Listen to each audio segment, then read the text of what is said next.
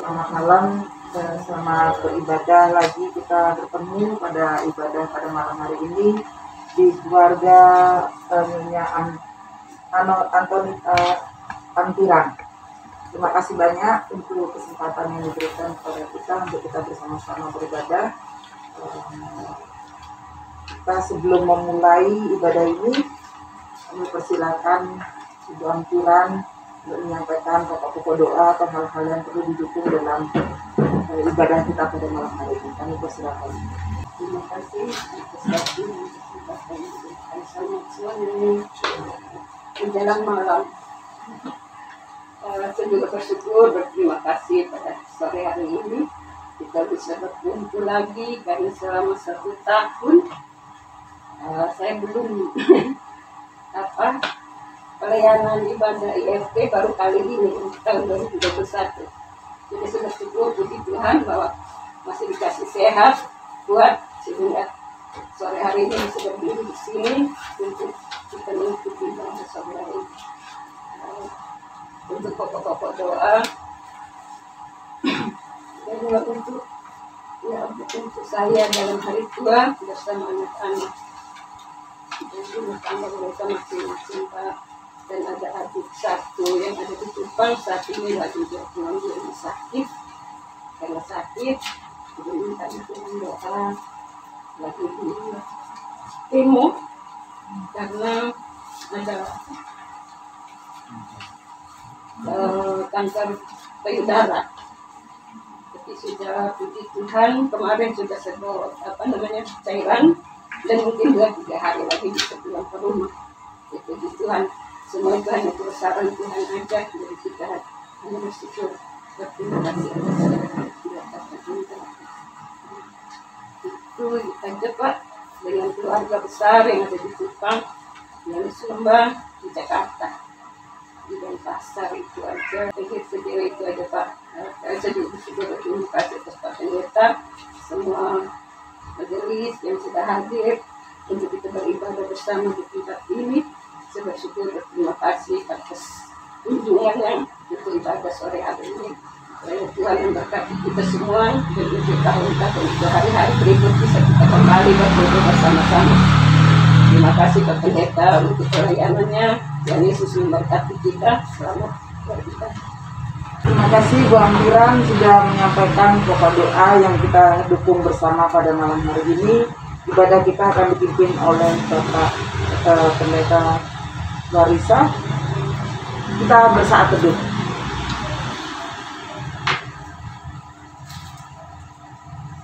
Saat teduh selesai, saya undang Bapak Ibu untuk bangkit berdiri. Kita akan menyanyi memuji Tuhan dari Gita Bakti 4. Baik pertama, bersorak bagi Tuhan, dan sisa yang berikutnya.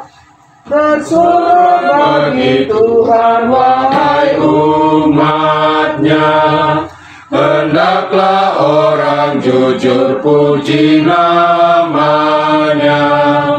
Mainkanlah kecapi dan lagulah rebana, bermazmur bagi Tuhan dan bersyukurlah. Kita berdoa.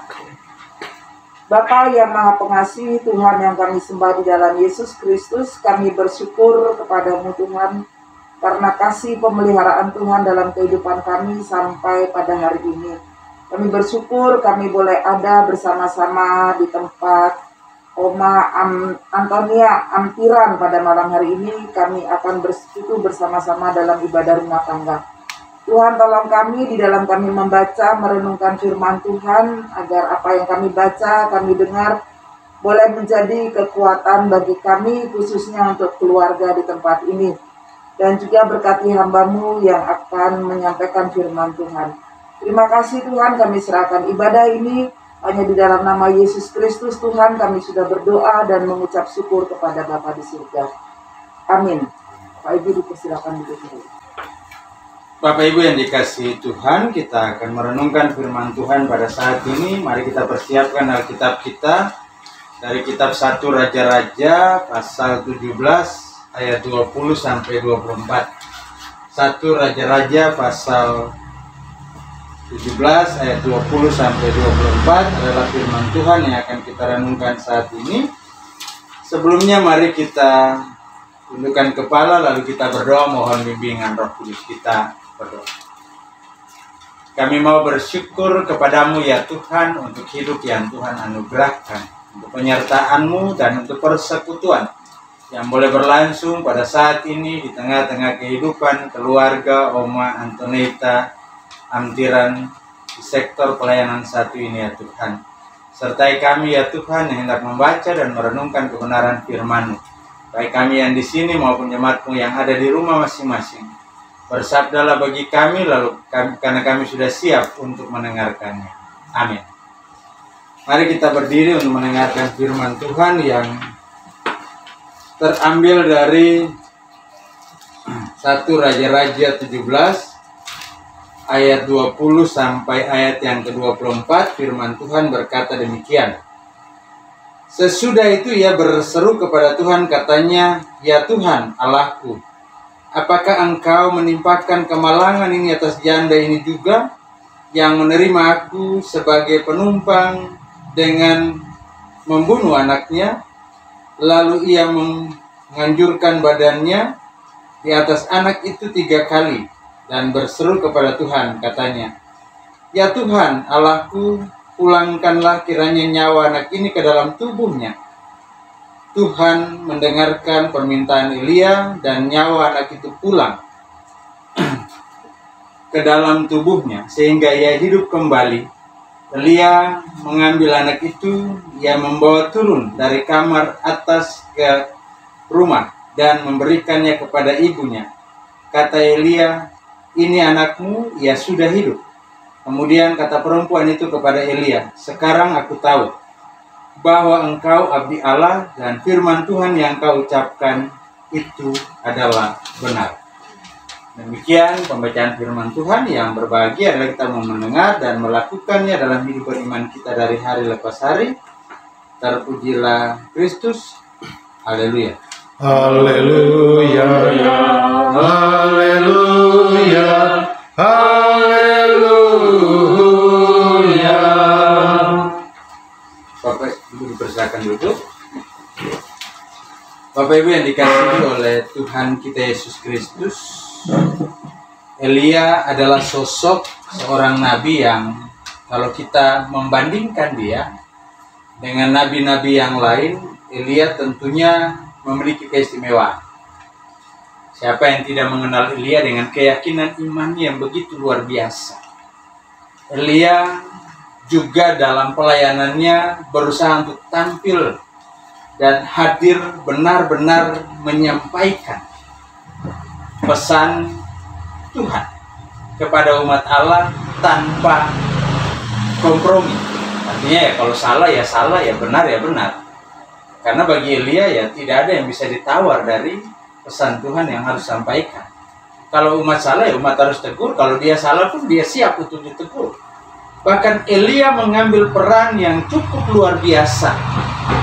Kita melihat bahwa syafaat Elia yang terjadi di Sarfat itu adalah sesuatu yang tentunya berbeda.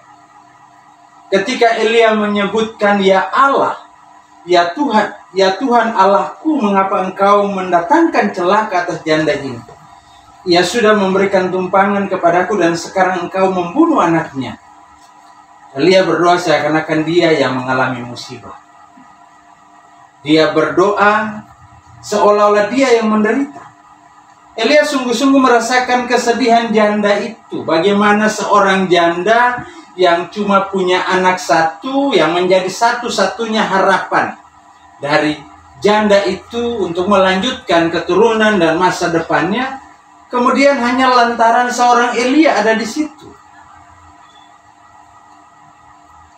Lalu iman dari janda ini yang dia masih mempertanyakan, dia masih menginginkan bukti, gitu kan? Dan itu yang tahu cuma Allah. Sehingga kematian anaknya ini membuka mata dia. Bahwa apa yang dilakukan Elia itu, Elia tidak hanya sekedar berdoa karena Elia sudah diberi tumpangan, tapi Elia ikut merasakan, kata orang ya berempati Kalau simpati itu biasa dari jauh. Kalau empati itu Elia berusaha untuk merasakan apa yang dirasakan oleh perempuan janda itu. Artinya ada perasaan kehilangan yang mendalam yang dimiliki oleh Elia. Sehingga doa syafaatnya itu benar-benar menggugah hati Tuhan. Ketika dia minta Tuhan, kembalikanlah nyawa anak ini ke tubuhnya. Dan Tuhan mendengar itu. Apa yang dikatakan Elia? Kembalikanlah. Itu seperti sebuah perintah kepada Allah. Dan itu hanya bisa dilakukan oleh seseorang yang sungguh-sungguh percaya. Kalau kita hanya sekedar percaya, ya belum tentu Allah mau mendengar kita. Tapi Elia yakin bahwa apa yang dilakukan oleh janda itu baik adanya. Sekalipun mungkin dia tidak sungguh-sungguh percaya atau dia masih mencoba untuk mempertanyakan apa yang dia lihat, apa yang dia dengar dari pelayanan seorang Elia. Tetapi keyakinan Elia membuka telinga Tuhan untuk mendengar, dan Tuhan menjawab dengan luar biasa. Tuhan mengembalikannya atau mengembalikan nyawanya itu kepada tubuhnya, dan dia hidup kembali. Sesuatu yang tidak bisa terjadi begitu saja. Artinya bahwa kekuatan iman yang dimiliki oleh Elia itu adalah kekuatan iman yang mampu menggugah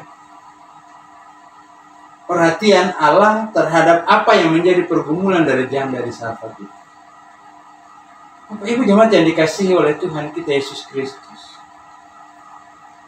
hari-hari ini kalau kita bicara tentang kehadiran Tuhan dalam kehidupan kita bicara tentang kehadiran gereja di tengah-tengah persekutuan rumah tangga kita.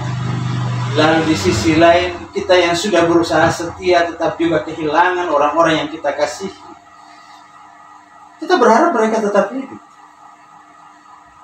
Kita berharap Tuhan memberikan kehidupan kepada mereka, dan mungkin Tuhan bisa menjawab doa dan harapan kita seperti Tuhan menjawab doa seorang Elia. Tapi lalu kemudian itu hanya cuma harap, tidak menjadi kenyataan. Apa dunia sudah bergeser? Atau memang keyakinan kita yang kurang?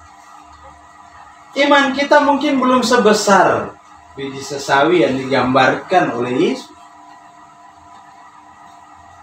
Tapi kalau dari gaya Elia iman mungkin lebih besar dari biji sesawi. Karena sifatnya, isi doanya itu berupa perintah. Kembalikan.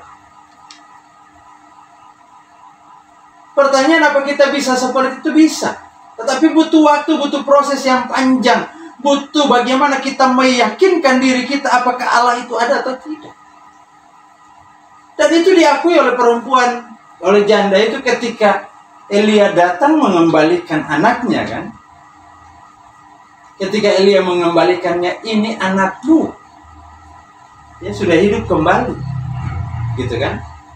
Lalu janda itu menjawab dia dengan luar biasa, Bapak Ibu.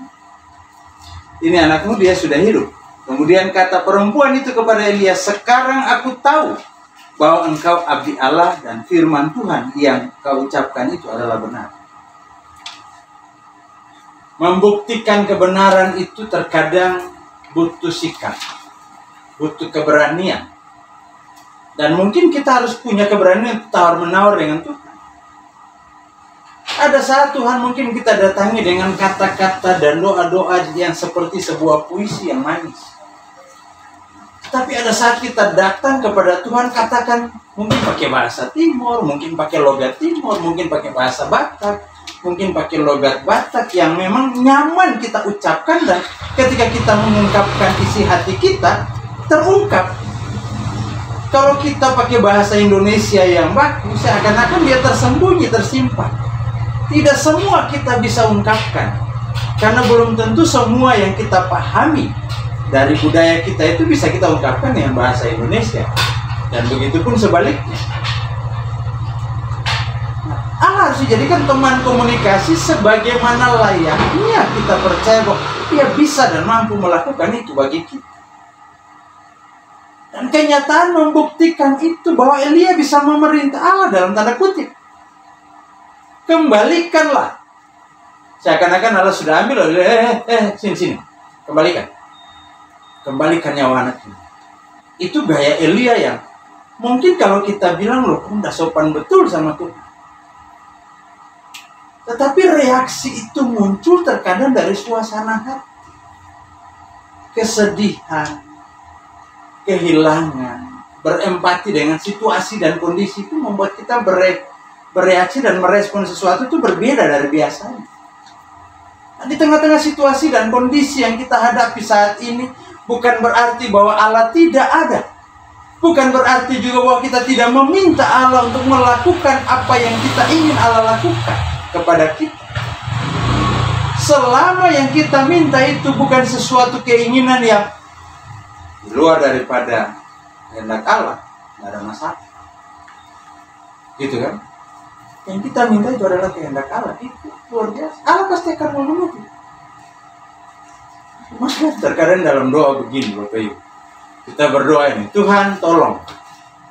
Tapi pikiran kita ke sana, pikiran kita ke depan dan ke belakang.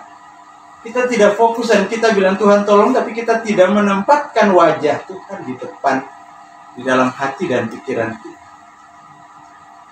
Sehingga bagaimana kita mau tahu Tuhan mau jawab? Gitu kan? Karena kita melakukan secara dalam kerangka berpikir, ya itu sesuatu yang ya biasa aja, namanya doa. Ini doa itu harus dibangun dengan keyakinan. Dan doa syafaat yang ditunjukkan oleh Elia itu mau membuat kita belajar bersama-sama. Elia tidak berdoa untuk kepentingan dia, tapi Elia peduli dan berempati dengan apa yang menjadi persoalan dari janda ini. Itu yang menjadi kehendak Allah. Dia tidak bicara tentang kepentingan dia bicara tentang kepentingan janda itu. Dia merasakan bagaimana kesedihan janda itu. Dia merasakan bagaimana kehilangan janda itu. Ya sudah Tuhan, kembalikanlah. Kasihan, dia sudah bantu saya, dia sudah kasih penginapan buat saya, dia sudah siapin makanan buat saya. Saya ini hambamu loh. Sekalipun dia tidak percaya, tapi dia memberi tumpangan. Kenapa Tuhan membalasnya dengan mengambil anaknya? Makanya perintah untuk mengambil. Doa bukan perintah ya, sekali saya bilang. Cuman kesannya seperti perintah. Doa syafaat yang sungguh dan tegas itu membuat Allah mendengar. Allah menjawabnya. Dari jawaban itu kita lihat bahwa proses membentuk pengakuan seorang janda di Sarfat. Dia mengaku akhirnya. Engkau benar, abdi Allah. Dan firman yang kau katakan itu benar ada. Tidak sekalipun Elia memaksakan dia untuk percaya, tapi dia melihat dengan mata kepalanya sendiri bagaimana Allah bekerja dalam diri seorang abdi yang setia. Abdi yang sungguh-sungguh bicara tentang kehendak Allah, lalu bicara tentang kepentingan orang yang membutuhkan. Bukan bicara tentang kehendak dia dan kepentingan dia dan diri pribadinya. Jadi Bapak Ibu jemaat yang dikasihi oleh Tuhan kita Yesus Kristus, sampai hari ini Allah masih tetap bekerja dalam kehidupan kita. Dengan cara Allah, bukan dengan cara hal itu terbukti dengan kita masih bisa bersyukur. Kita masih bisa beribadah, kita masih bisa menikmati kebersamaan dalam kehidupan keluarga kita. Baik bersama keluarga Mamtiran di tempat ini maupun di keluarga masing-masing. Di mana jemaat bersekutu memuji dan memuliakan Tuhan secara daring pada saat ini. Dan biarlah dalam keyakinan yang sama kita percaya bahwa langkah kita pun akan tetap dipelihara dan diberkati. Dan ketika kita meminta sungguh kepada Allah, maka Allah akan menjawab apa yang kita butuhkan di dalam kehidupan kita sebagai orang percaya. Tuhan memberkati kita. Amin.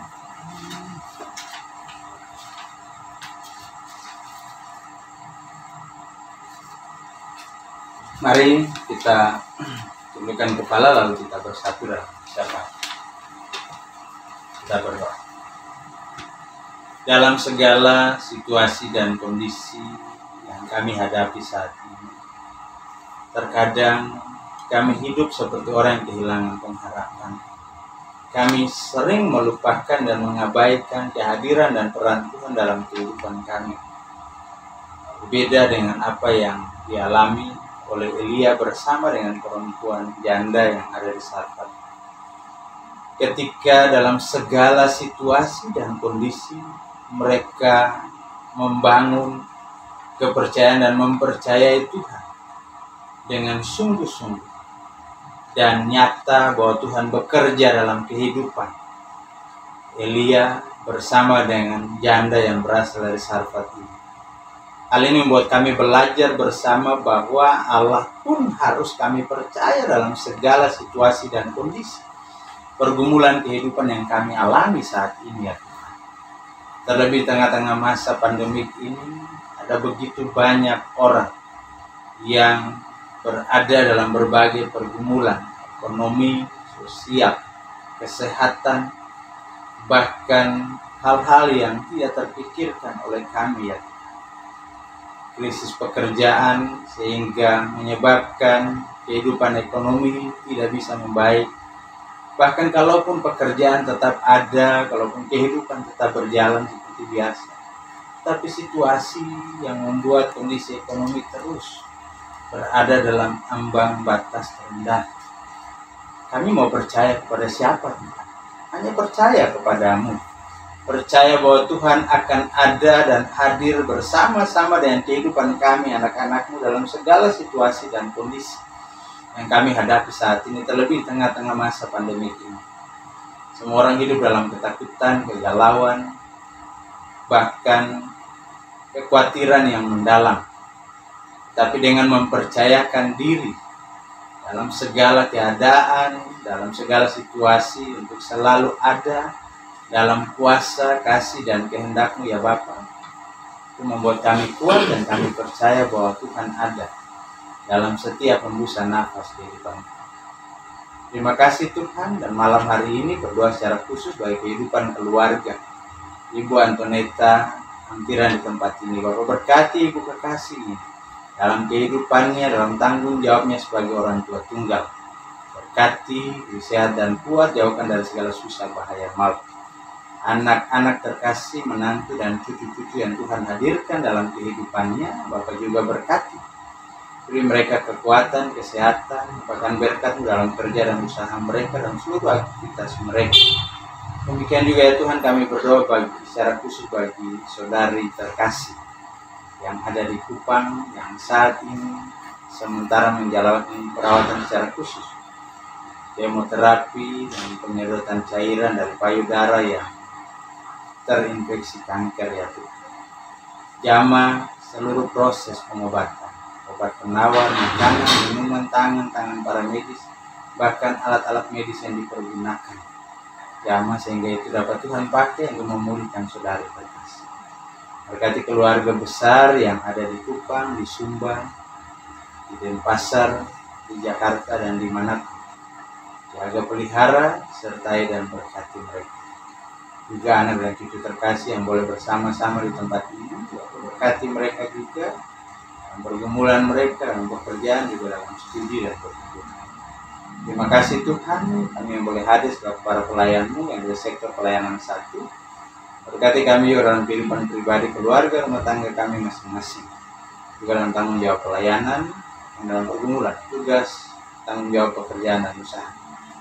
Pertama dalam menjalani masa-masa pensiun yang boleh dilalui. Bapak Ibu, saudara-saudara kasih, selaku presbiter ini. Berdoa juga bagi kehidupan jemaat Tuhan, jemaat GTB Shalom dan Pasar. Mereka yang beribadah di rumah masing-masing, Bapak berkati juga dalam berbagai pergumulan, kehidupan pribadi, keluarga, rumah tangga, orang tua, suami, istri, anak-anak yang Tuhan anugerahkan, dan seluruh orang-orang yang ada di sekitar kami. Berdoa juga bagi pelayanan boleh berlangsung di tengah-tengah jemaat-Mu, dan rencana-rencana kehidupan jemaat-Mu ke depan. Terus menggumuli mereka yang berada dalam keadaan kelemahan tubuh, baik karena hari tua maupun karena sakit penyakit. Mereka yang bersyukur juga dengan mereka yang Tuhan boleh pulihkan dari infeksi virus COVID-19, sehingga boleh berkumpul kembali bersama dengan keluarga di rumah. Tuhan jaga dan pelihara terus seluruh kehidupan jemaat. Jauhkan dari segala hal yang tidak berkenan, Kami berdoa bagi pemerintah bangsa dan negara kami. Berkati Bapak Presiden seluruh jajarannya, Bapak Gubernur, Wali Kota, Camat, bahkan lurah dan juga para kepala dusun yang ada di jemaat, di mana jemaatmu ada dan berdomisili. Bapak berkati mereka, kesehatan kuat, limpahkan berkat-Mu dan seluruh tugas tanggung jawab pekerjaan mereka. Berdoa bagi gereja Protestan Indonesia bagian Barat dalam hari-hari menuju persidangan sinode yang ke-21. Bapak berkati segala persiapan, berkati setiap utusan, berkati setiap orang yang sudah Tuhan persiapkan untuk memimpin gereja ini ke depan. Tuntunlah kami untuk menentukan pilihan yang tepat, sehingga GPB boleh berjalan dalam terang kasih dan kehendak. Terima kasih Tuhan, ampuni kami atas salah dan dosa yang telah kami perbuat melawan kehendak-Mu di surga. Baik itu melalui kata, perbuatan maupun yang ada dalam pikiran kami sekalipun ya Tuhan. Suci bersihkan dan layakkan kami, lalu sempurnakan kami dengan doa yang Kau ajarkan kepada murid-murid dan juga kepada kami saat ini. Bapa kami yang di surga, dikuduskanlah nama-Mu, datanglah kerajaan, jadilah kehendak-Mu di bumi seperti di surga. Berilah kami pada hari ini makanan kami secukupnya, dan ampunilah kami akan kesalahan kami, seperti kami juga mengampuni orang yang bersalah kepada kami. Jangan bawa kami ke dalam pencobaan, lepaskan kami daripada yang jahat. Karena Engkau-lah yang mempunyai kerajaan dan kuasa dan kemuliaan sampai selama-lamanya. Amin. Umat Tuhan, mari kita memberikan ungkapan syukur atas kasih penyertaan dan pertolongan Allah bagi kita. Dengarlah nats Alkitab dari Ulangan pasal 16 ayat 16b dan ayat 17 yang mengatakan, janganlah ia menghadap hadirat Tuhan dengan tangan hampa, tetapi masing-masing dengan sekedar persembahan sesuai dengan berkat yang diberikan kepadamu oleh Tuhan Allah. Tuhan berkati saudara dan persembahan saudara. Sambil kantong persembahan diedarkan, kita memuji Tuhan dari Kidung Jemaat nomor 288, Kidung Jemaat 288. Mari puji Raja Surga, persembahan bawalah, dan sisa berikutnya kita kidungkan bersama-sama. Mari puji Raja Surga, persembahan bawalah, ditebusnya jiwa raga, maka puji namanya. Puji Dia, puji Dia, puji Raja semesta. Jemaat, mari kita berdiri, kita menyerahkan persembahan ini kepada Tuhan di dalam doa syukur. Mari kita berdoa. Kami bersyukur kepadamu ya Tuhan, untuk kesempatan indah sore menjelang malam ini bersama keluarga Antoneta Ampiran ya Tuhan. Kami boleh beribadah kepadamu dan ibadah rumah tangga. Terima kasih untuk firman yang boleh kami dengar ya Tuhan, untuk boleh kami lakukan dalam kehidupan kami sehari-hari. Dan kami juga menerima berkat daripadamu. Untuk itu ya Tuhan, kami bawakan sebagian yang kami terima daripadamu. Berkatilah ya Tuhan persembahan kami ini. Jadikanlah bagian untuk memuji dan memuliakan nama-Mu. Berkatilah anak-anak-Mu yang kepercayaan untuk mengolahnya, sehingga boleh menjadi sukacita dan kemuliaan bagi-Mu. Terima kasih Tuhan, dengarkanlah doa kami, karena kami alaskan hanya di dalam nama Tuhan Yesus Kristus. Amin. Bapak Ibu yang dikasihi Tuhan, kembalilah di dalam kehidupanmu dan jadikanlah firman Tuhan yang telah kamu dengar sebagai penuntun hidupmu. Kidung Jemaat 383, sungguh indah kabar mulia dan apa yang seterusnya. Kidung Jemaat 383 bait yang pertama, sungguh indah kabar mulia. Sungguh indah kabar mulia, hai percayalah, Yesus Kristus Kristus tak berubah selama-lamanya. Darahnya tetap menghapus dosa dan celah. Ia hibur yang berduka, puji namanya. Baik kemarin hari ini selama-lamanya. Yesus Kristus tak berubah, puji namanya, puji namanya, puji namanya. Yesus Kristus tak berubah, puji namanya. Arahkanlah hati dan pikiranmu kepada Tuhan serta terimalah berkat-Nya. Anugerah Tuhan kita Yesus Kristus, kasih Allah Bapa, serta persekutuan dengan Roh Kudus mau tinggal menyertai, memelihara, memberkati kehidupan keluarga Oma Antoneta Amtiran di tempat ini, jemaat yang di rumah maupun kami yang akan pulang, mulai dari saat ini terus kekal selama-lamanya. Amin.